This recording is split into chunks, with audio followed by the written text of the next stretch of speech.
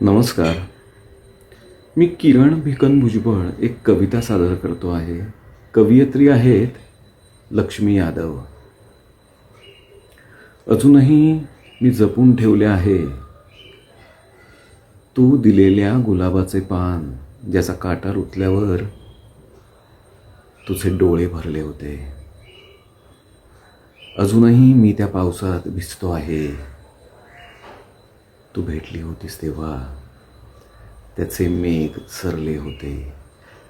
लिहित रहा म्हणून माझ्या वाढदिवसाच्या दिवशी तू दिलेल्या शाई पेनने डायरीत तुलाच गिरवतो आहे. शिक्षणाच्या पैशातून साठवून तू घेतलेलं घड्याळ आता बंद पडलं तरी रोज माझ्या मनगटावर मिरवतो आहे. तू वर्गात विसरलेल्या रुमालाला अजूनही तुझा सुगंध येतो आहे. कानात झुमके घातलेला कुणी अस्मादिक चेहरा तुझीच झलक देतो आहे. मन जड झालं की पहिलं तुझीच सई येते. तूच खांद्यावर हात ठेवून सगळं ठीक होण्याचा दिलासा देते. तुझं नाव ऐकलं की अजूनही श्वास थांबून हृदय पहिल्यासारखं धडधडतं. मी तर कधीचाच अबोल झालोय. मन मात्र तुझ्याशीच बडबडतं.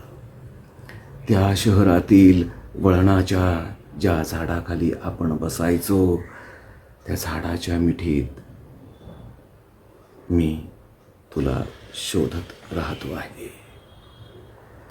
ज्या भुईवर तुझ्या पायाचे ठसे उमटले, त्या भुईवर हात फिरवून मी तुझे कवडसे गोळा करत राहतो आहे. अजूनही आपण फिरलेल्या जागांमध्ये जाऊन मी तुला मनोमनी हाका मारत राहतो आहे.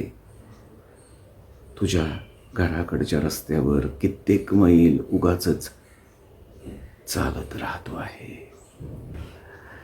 माझी स्वतःपेक्षा जास्त तुझ्याशीच सलगी झाली आहे. माझी स्वतःपेक्षा जास्त तुझ्याशीच सलगी झाली आहे.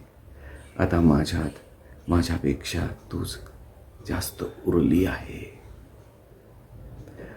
मी दिलेलं आहे का ग तुझ्याकडे आता काहीसं?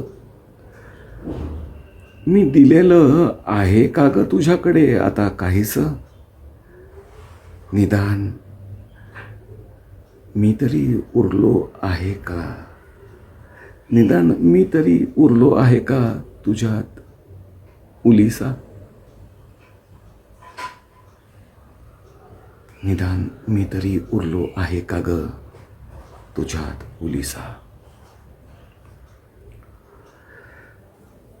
ही कविता होती कवयित्री लक्ष्मी यादव यांची.